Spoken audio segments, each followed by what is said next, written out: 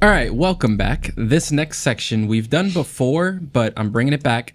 It's overhyped or underhyped. Andrew likes to call it hype or wipe. Marques wants to call it dope or nope.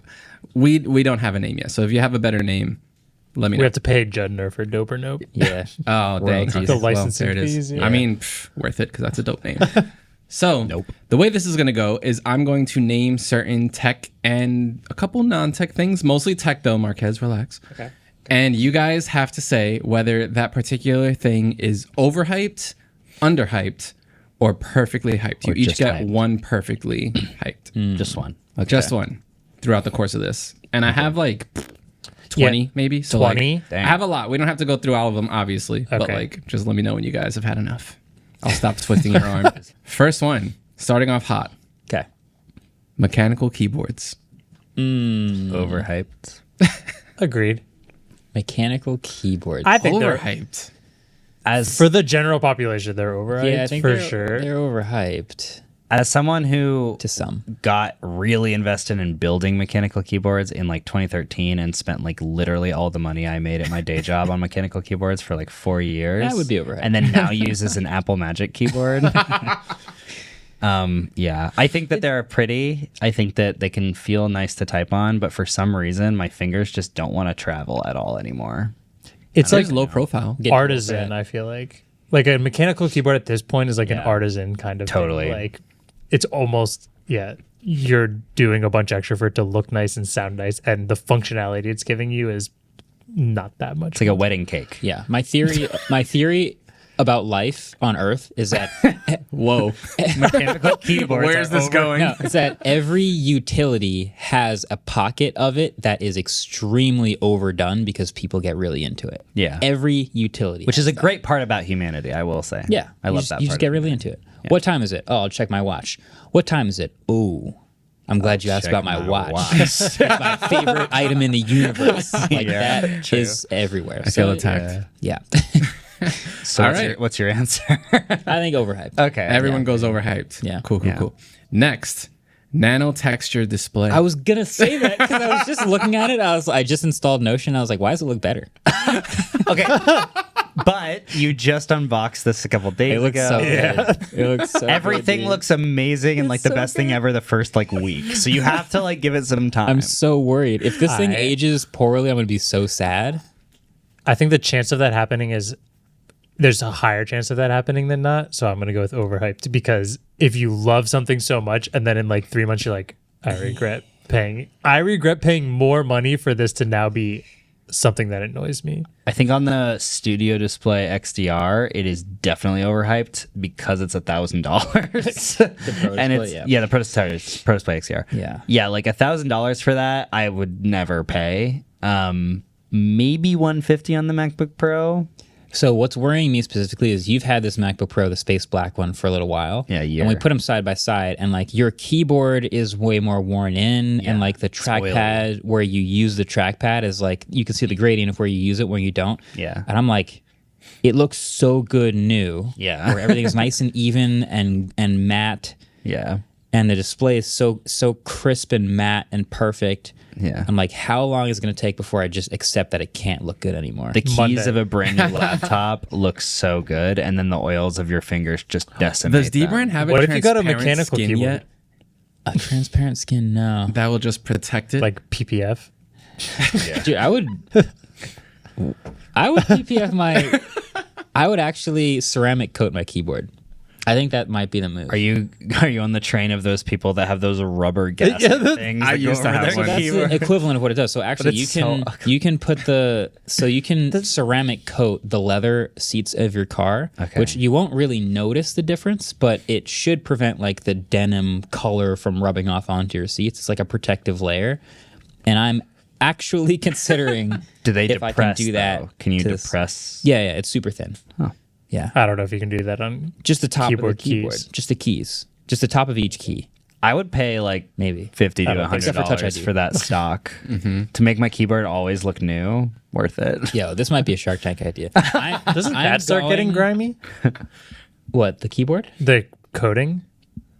I don't No, because it's easy to clean off. You like wipe it off. Everything's fine. You wipe it off. The same thing with your. It's like hydrophobic on top, so you just wipe it off. Does that react to oils the same way it reacts to like pigment from your jeans? No, it's hydrophobic in general. So I think any like wax or oils or water, just you wipe it and it's all gone from the top. It's easy to clean. That's the whole point of it, is it being easy to clean. Very good Shark Tank idea. I kind of like it.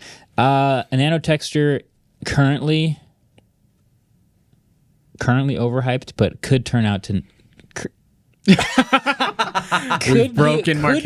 underhyped, maybe. Yeah. Maybe. I think it could be underhyped on the computers because like no one's talking about it. It's new. And having it in looks very nice. So if you end up really liking it, I would say that could be underhyped. Yeah. It looks freaking I'll ask you amazing on when your we are sitting in this computer. exact spot next week and there's Yeah, 8 yeah. fingerprints on it and you're like, Ask me in a week. Yeah. Yeah. Okay. All right, next. Video essays on YouTube. Oh my god. I have a rant about. I have a video essay about video essays that I would like to. Really, that's a great idea. Yeah. Me personally, Yeah. I'm going with overhyped, but I think they are a valuable insight into the trends happening on YouTube, which is we realize that longer videos are stickier than ever before. It doesn't mean everything has to be an hour-long video essay, which kind of feels like some people think that that's what has to happen, but it's interesting to note. So it's overhyped, but good to keep an eye on. That's my take. it's just, I'd probably say overhyped, not because I don't like them, but because I'd probably just listen to it like a podcast anyways. So all of the work they're putting in for the animations and photos and whatever, that Yeah, but you wouldn't have found it if it was on a podcast app. true. Got him. No, totally agree. But that's still a ton of extra can work see they're where doing for me to just listen to it. I have a lot of thoughts. I knew you would. This is how I know. This is why you were like looking at David when you said it. You were like hour-long video essays. And for you, he's like, nano-texture. Okay, so I have a problem with the current state of YouTube video essays because I think a lot of people are truncating video essays with commentary videos, and they're very much not the same thing. A lot of times, commentary videos will just run like an hour, you know, and they'll use the sources they use are just tweets and things like that, and they'll like rant about things, but they're just kind of like thing bad, look how dumb, thing bad commentary videos. And that is like the most popular, common kind of 1 hour video on YouTube, which is very annoying to me. Well, we usually run around an hour 30, so. Okay. And we usually also say thing bad. Sometimes we say thing good, which we did on this episode. Nice. But yeah, I think it feels like they're masquerading as video essays. A video essay should be, I have an opinion and I'm trying to change your mind to my opinion by using a number of examples and sources and these things. Mm-hmm. And I think that actual video essays are I think they definitely used to be underhyped. Now they're just kind of hyped.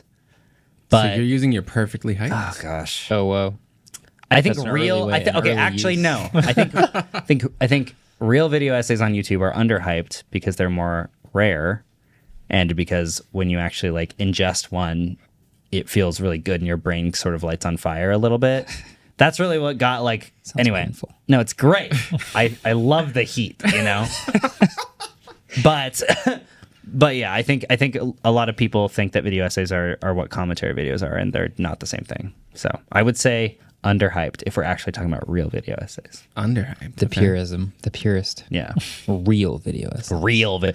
I'm just tired of the commentary videos that are just like, how dumb do these people have to be? It's like, this is the same as reality TV. You're just, But it's an hour long. so is reality TV. Totally. Yeah. So just accessing the part of your brain that feels superior to other people. It's just a podcast with pictures. It's a. Yeah. Podcast which I'm slideshow. fine. Which I think is I don't think there's anything wrong about it. I Yeah. just think they're spending a lot of extra time for me to listen to. for with the sure, screen. but YouTube is such a better I distribution totally agree. platform. That's why we are on YouTube. Yeah, right. Exactly. Yeah. Is this podcast a video essay? No. Not at all. It's just the opposite. just Not even This is remotely. at best a video rough draft. We are convincing no one This is the here. brainstorming Yeah. session. Yeah. No thesis here. We are just here talking to you. Okay. Last time we did this, you guys all said that ChatGPT was overhyped. Is it still overhyped? Yes. Yes. All right, next.